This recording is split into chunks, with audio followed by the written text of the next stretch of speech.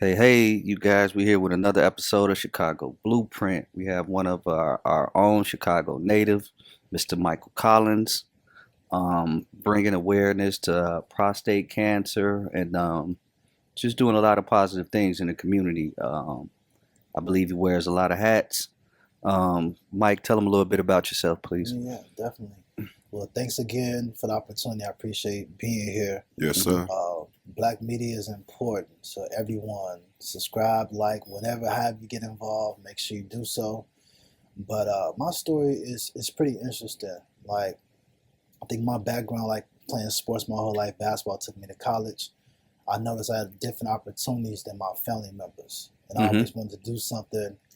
Because even when I went away to school, I had like survivor's remorse. You know what I mean? Like, I felt I was leaving People individuals behind. behind. Yeah. Yeah, so I always promised, like, when the time is right, I'm gonna do something that's so impactful to my community. I didn't know what it was, whether it's basketball camps or uh, toy drives, food drives, whatever the case it is, like that. But I wanted to do something. So with the prostate, how that comes in, because it's so new to our side of the community. It's Yes. been out like in the older generations, but in terms of us like learning about it, it's always a question mark. We hear so many guys that have been diagnosed and exposed and all the things. So I said, let me tap into this, because at one point in time, there was 11 guys that I knew that had prostate cancer, and it was like my friends' fathers, uncles, Uh-huh. immediate family members. So I was like, maybe I should do something about this. I didn't know how to start though. It was the conversations, and I just said, let me just hear what they got to say. And it was in the back of my uncle's restaurant. They play cards all day. We in Woodlines or Ace's Soul Food. That was a spot where all the guys would come to. What restaurant was that? Ace's Soul Food on 63rd and Vernon. 63rd and Vernon? Yep. Okay. So I just noticed that the basic conversation where it wasn't from like the card games, it'd be about health. Like, man, I don't have insurance. My back been hurting. Man, it was some urine that came out. So these are the things that like I was hearing. I was like, hold on, that's prostate cancer, or that's prostate health issues. Uh-huh. And so that made the spark just like take it to a whole different level. Like, what do I have to do? Consider I do have some relationships, I have some people that I went to school with that in the medical field, but like, how can I bridge that gap? And I was able to do that. So I said, let's incorporate something where everyone can gravitate to. Uh-huh. Basketball. So we Sure. created a easy thing, but the word will get out about prostate cancer awareness. So I was in my 20s when I started the foundation, Uh-huh. and I got a lot of pushback, a lot of resistance from different generations. Like, why? Why are you doing this? You're not a doctor. I'm like, I don't have to be a doctor to save lives. You know what I mean? Like, it was, Not at all. and we're still going through that in these different fields. So along the way, I wanted to create something like All-Star Weekend is one of my favorite events. Mm-hmm. It's just I went to them so many years. The child, my grandfather would take us there, so I wanted to create something that would like get the attention throughout the whole weekend. So we created a basketball night. Got some guys in there. We noticed that everyone can't make the health seminar, so we created a prostate health seminar where we provide screenings there. You just draw your blood. So now it's like no excuses why you can't be there. And our third day is a 5K walk run. So we're on year 10. I remember people telling us it wouldn't even work for the first year. Wow. We're 10 years in. No major support in terms of like media. Like, I love black media. Like, of Mm-hmm. course, Brother Out of Hyde Park was our first actual interview. We've never been on the news speaking about this Hmm. at all, which I don't have a problem with. But it's just like I notice a difference when it comes to black men's health. They don't want that out there. Right. But if it's in terms of like homicides and drugs and all things that just make us look bad and give us this image, they're going to push it out there. Of So course. I said, let me do my job in terms of like getting the right partners with the right intentions behind helping us out on a day-to-day basis. So I noticed that a lot of guys in the neighborhood that were left behind, they may have had a pass in the streets, or they didn't have insurance, or the luck ran out, or whatever the case it is. Like, how can I get those guys screened for free, or just the information they need to prevent the cancer from maybe spreading or happening or whatever it is like that. But providing that safe space, because a lot of guys, they speak about they don't trust the doctors or the medical field, which there's a past in that. I definitely don't. For so many years that has let us down. So that was the gateway. But since then, moving forward, we've have a partnership with Northwestern University, which has been extremely helpful. We have them come into the neighborhood, doing the screenings, and we've also teamed with University of Chicago as well. Okay.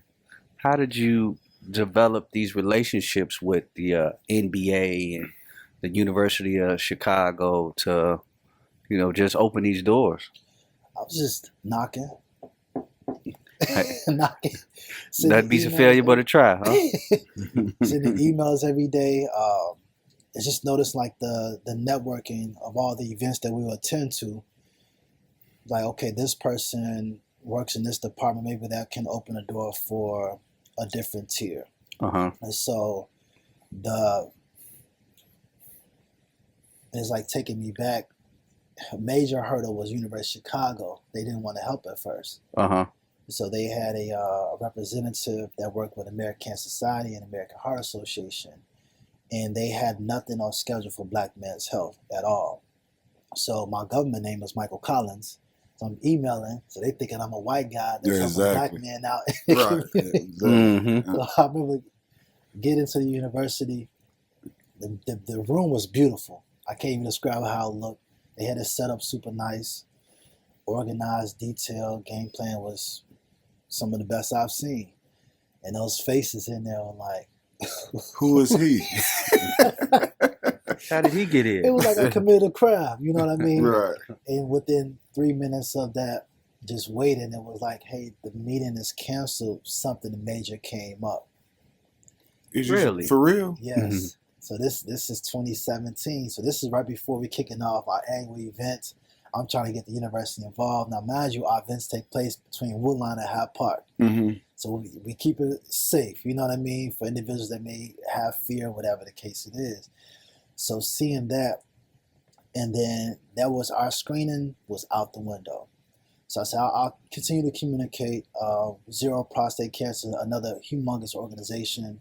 And these organizations get millions of dollars, but they're owned by white counterparts, university structure. Right. And so we get an email maybe 2 weeks after saying that, hey, is it possible you can email us your data, your research, your turnout?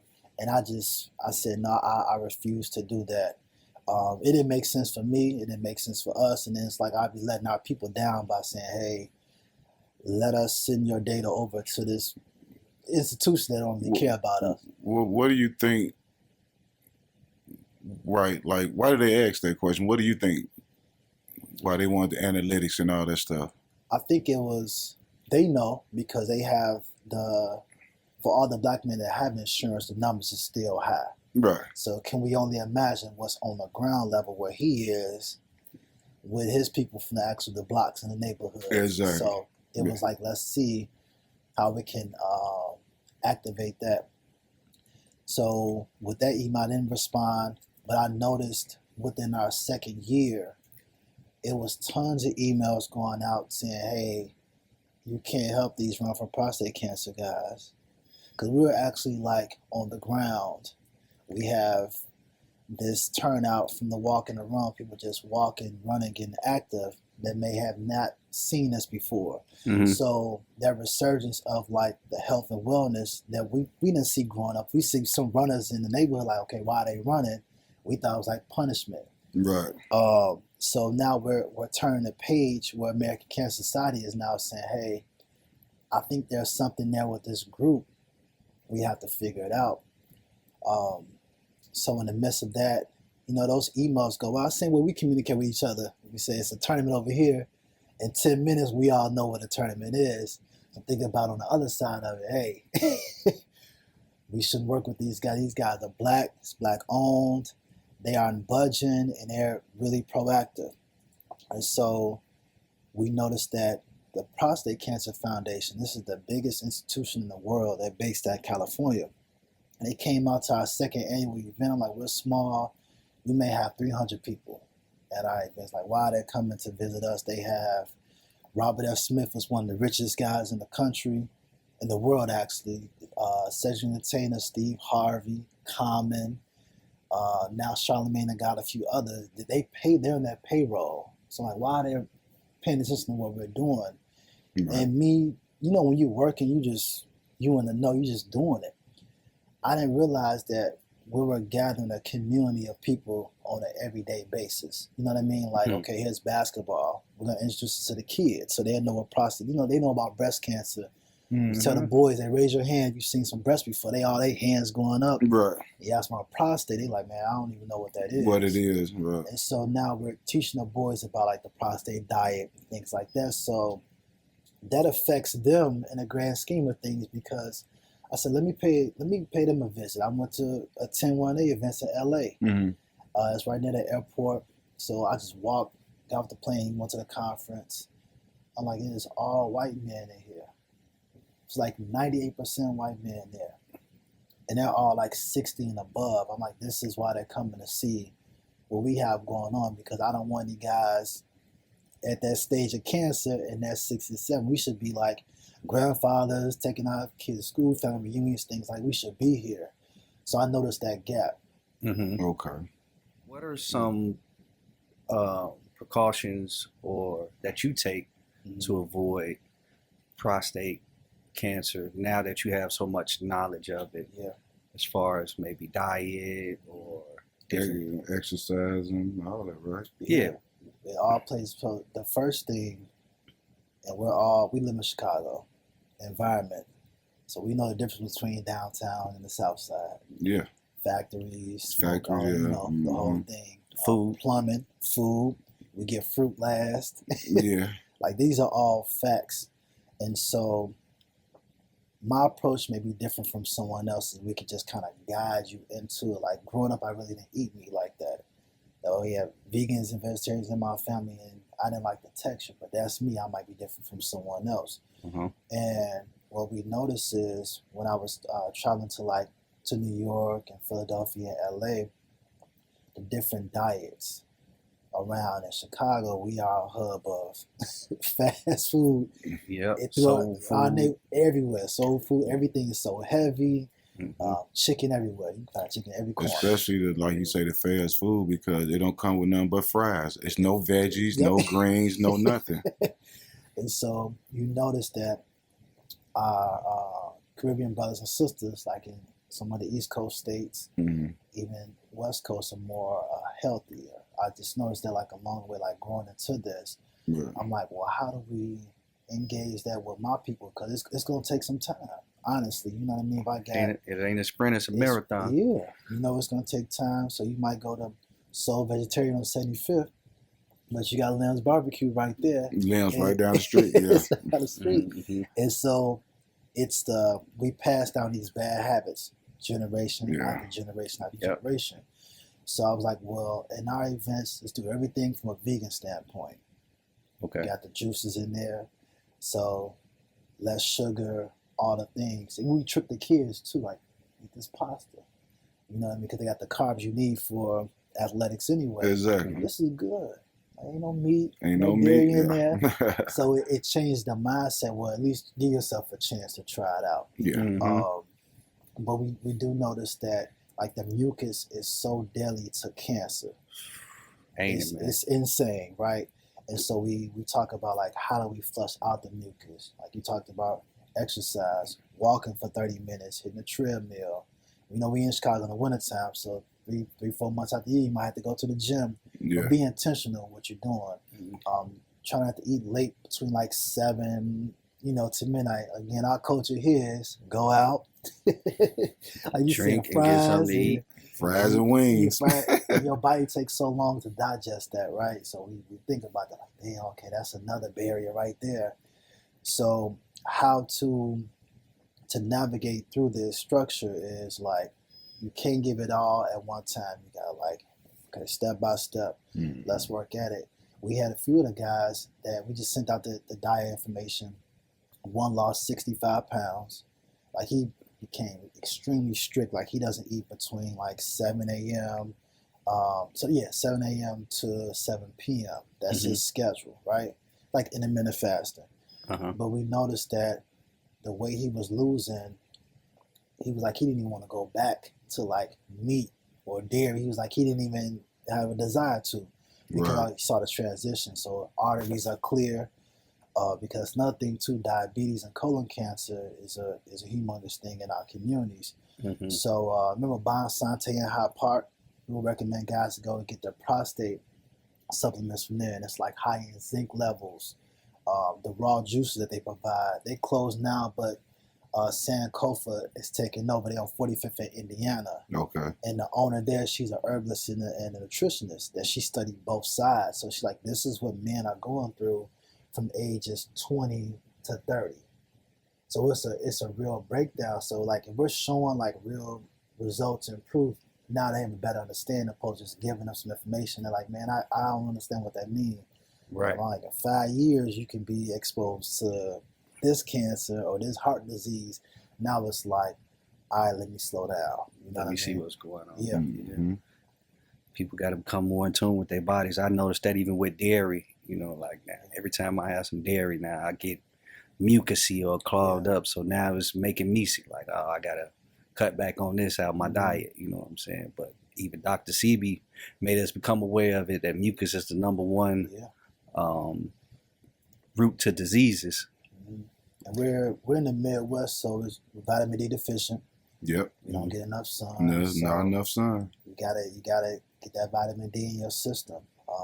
But even like from the fruit intake, the percentage is so low in our community. Like this is nothing made up. This is like a real thing, even for our kids. Yeah. Because there's a report coming out over the next few months about colon cancer in the early 20s. And so that takes like 10 years to build up in your system for that disease to even take place. So like, what are we feeding our kids at 10 years old? There's a brother, Dr. Murphy. He's our oncologist for our foundation. He has a report. It's like from 4 different universities. They test around the country, but per person that's eating like in the New York, Chicago, LA, Detroit, we're getting over 300 chemicals in the body per day. And your body can only flush out like 100 because the body is so smart. It can flush some out, but not all. So if you're adding the chemicals day by day.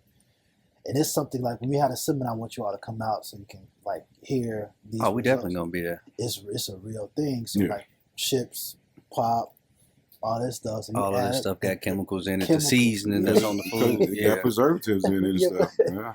Yeah, so that's something we got to monitor for our kids because you look up who's going to take it. It's not even being funny. Like, we're getting older. Who's going to take care of us? Exactly. If the is- kids If sick, they're not knowledgeable, Mhm. Yeah, you're right. You're definitely right. they so distracted with social media and Yeah. everyday life. But let's get back onto the subject. What should every man know about early detections of PSA testing? Yeah. Early detection save lives. It saved lives. I mean, like, the stigma about us getting screened was crazy at one point in time. 5 years ago, it was like, you got to like, hey man, y'all come in to get your blood drawn, and it's like a trust issue. Where my blood going? You got tattoos all over your body. You can ask You them know that. what I mean? Right. Knowing that's going straight to your bloodstream. But you didn't ask that. Right. So that's that communication we have to give. But it's so important because over the past 3 months, we've got stage 1 and 2 detected. And there's one guy that had went through his treatment process where he's cancer free. So that's how important it is. He changed his diet up. He's like, man, I'm in Chinatown getting this tea. What do you recommend? He's like, here's a whole list. He's like, I feel better. I sleep better. So it's so important because you get your point levels in 2 to 3 business days. Okay. They get mailed to your house. It's very confidential.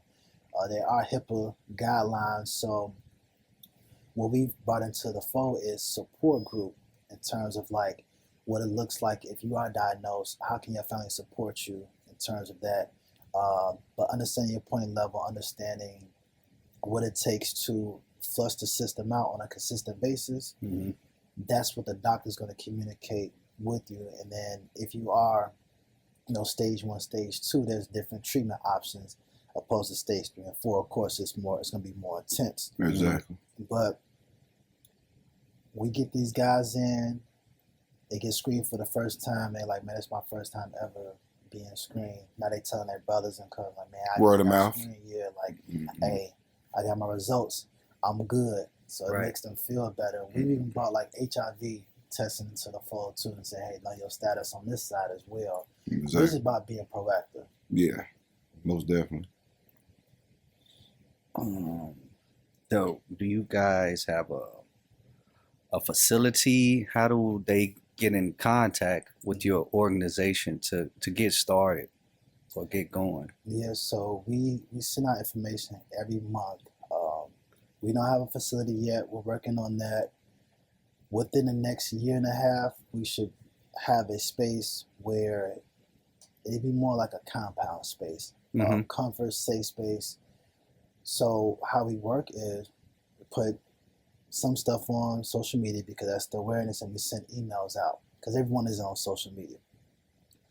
So we do these screenings. Work with Onyx Health Collective. They're on 73rd now. Miss Ramona Burris, she is super intentional. She will call you. She will send emails. She's going to follow with you. So having her as a partner and Northwestern as a partner, we've seen more guys get screened more than ever. That's Okay. good. You know what I mean? And it's not in your business. Everyone will have to know about it. Mm-hmm. And even to the point now, University of Chicago, they spin the block. Okay. There's Okay. some black directors in there. So last year, and it starts again, I think, in either March or April. But if you don't have a vehicle, if you at work and you can't leave, there's a black truck that can pick you up, take you to the clinic to get screened, and take you back. And this is all free or This is through? all free. Okay. Now they Yeah. don't have to go through healthcare or nothing. huh? No, so if you do have insurance, it's the same thing. You have to register because if you have stage 1 or stage 2, the cancer treatments are different. Like your insurance is gonna have to cover. If you don't have, there's other options as well too. That's the herbal side. No. With the medical institution because they Okay. know everyone can't afford. It's so expensive, Uh-huh. and they know that. But they find options for you. They find doctors. 3 years ago, you couldn't have this until like some of the guys in Congress were getting affected by it. Some of our local politicians were being diagnosed with. Now it's like, hey, Now we want to know, huh? this is real. Yeah, Commissioner exactly. Bill Lowry, a prostate cancer survivor. LaShawn Ford, prostate cancer survivor. So these are guys that like are at arm's reach. And we say all the time, like, hey, tell everybody, like everyone involved, because we the same. You my brother, My Yes, man sir. just met you, but I want you to live. You know what I mean? Yes, sir. Exactly. That's what life is Yeah. about, bro. You got to put positive energy into it. You know, people don't understand that. But before we get off subject, make sure you put your social media in there so people can know where to reach out to your. Run from prostate cancer. So our email is dinosaur. We've been doing for so long. Run from prostate cancer at yahoo.com. And we'll see you where to go to get screened. Even like for colon cancer, we've been working with a lot of developers with that as well too, because Mhm. it is close to the prostate. And I'll give you a breakdown like what helps the like pumpkin seeds is extremely powerful. Pomegranate seeds. There's a lot of things that can actually help your colon and your prostate out simultaneously. But we just gotta be like consistent. But social media, we're Run from Prostate Cancer on IG. So a lot of updates. We have an event January 31st actually at Sankofa at the health store. So they have a health initiative going on in terms of mental health. There's a lot of black men that are committing suicide at an alarming rate right now. Right. So that's a topic. Prostate cancer is a topic. Family is a topic. Cool. So these are things that all in one. Cool. Before we get out of here on this good old Sunday, everybody want to get to some football. Tell them a little bit more about your marathon that you put together along with this as well too. Yeah, so we so our 5K walk is 3.5 miles through the community every year. This is our 10th year coming up. So I've been running for some years. This is something I wanted to get more people involved with. I know there's a lot of runners in our city. I mean, Chicago's a beautiful running city. That's why the marathon is so like big time Exactly. here. So it took me to like running 5Ks to 10Ks, half marathons to marathons. Y'all got a 1K for me? You're going to come out there and you're going to be so inspired because there's so many people, maybe their first time of just walking. Because you can choose what you choose. Your you know, level. You can walk 3.5, you can run. Some people jog or they walk. They pick their poison. Right. But you're moving. Yeah. You know what I mean? That's the most important thing with that. But I noticed that I started seeing us grow in ways I never thought could take place in the marathon world. So like I may run marathons, my buzz like, man, I'm not doing that. That's Right. that's crazy. So I started noticing our name was growing around the country. So we've done events. I went to TSU in Houston, Texas Southern University. We've done some events there, but I noticed that our name was traveling because there was more men saying, hey, we like this. How can we get involved? Get involved. So on that bigger stage, I started bringing everything I learned back to the neighborhood. And that was like our cheat code with that. So we have a cheer station at the marathon every year. Now, this year we will have, we're part of a pilot program. We'll have 5 marathon runners from our community that be running, Chicago Marathon. Next year we will have LA Marathon and a few others, but that's all from our local Grassroots program from just running and walking. We have a store opening in April 1st, components. So those are all the elements that we brought to the table to say, hey, this is for our community. With my communication and connections with like the running world, how can I bring that to my community? Where you maybe like Fleet Feet, the running store, they sponsor our bibs every year, but they are Goliath in that world.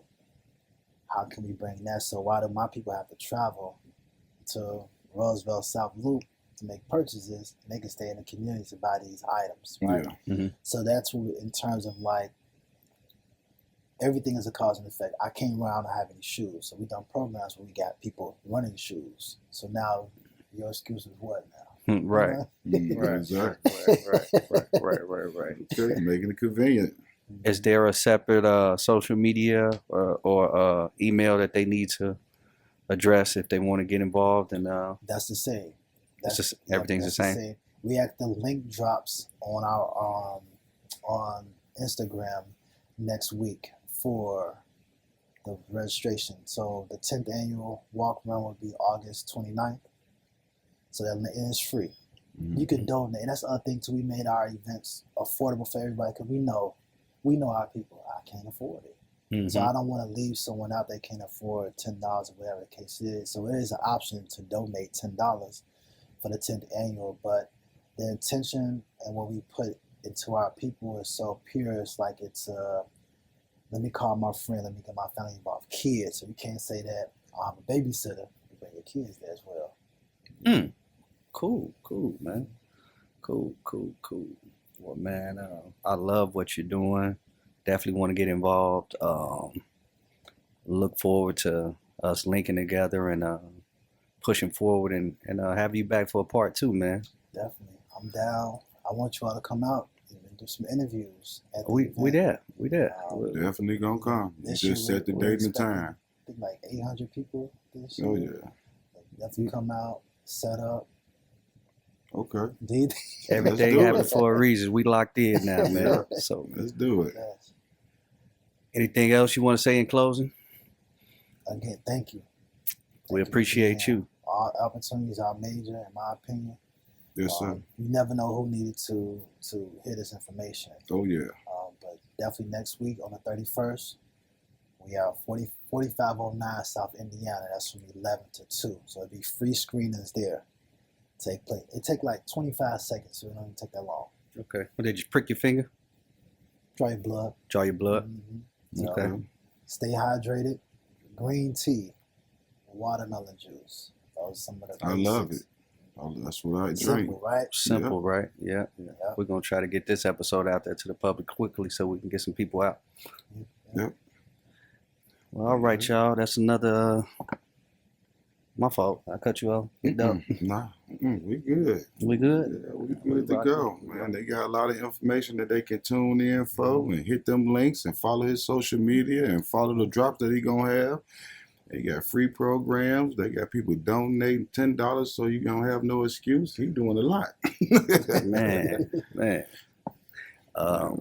What's the date again? So the 10th annual events is going to be a 2-week span. So it's going to start August 29th. August 29th. August 29th is actual run day. Okay. But the basketball tournament is September 6th. It's 2 weekends in a row. So that's for high school. And then we do a men's game every year as well. And we have like some 10th annual program and some parties going on, some marathon activations. Okay. Some shoe trials like Saucony and Brooks, some of the bigger running companies, just to test it out, see what the product is, and it may be your entry level. I was referring to the screening that's coming up, though. January 31st. January 31st, and give that address again for us. 4509 South Indiana. What time? From 11 to 2. 11 to 2. Yep. Y'all heard it here. Yep. It's a health store. It's called Sankofa. So this health store is built for our community to save lives. Okay. Cool. Well, hope they're going to come on out. They're getting the information. But we do truly appreciate you coming on, Michael, and sharing this information with us and all the people out here. Give them a little bit more insight and, precautionary steps to, measures. Measures to halt it or even stop it from even coming into our community like it is. So. Really appreciate it's definitely attacking us. They're attacking us through so many ways, through the food, and people don't even understand it. But I think what you're doing is beyond heroic. You know what I'm saying? You keep doing what you're doing, brother. I appreciate it. Yes, sir. But we're going to go ahead and get up out of here, y'all. It's another episode of Chicago Blueprint. We out. We out. Peace and love.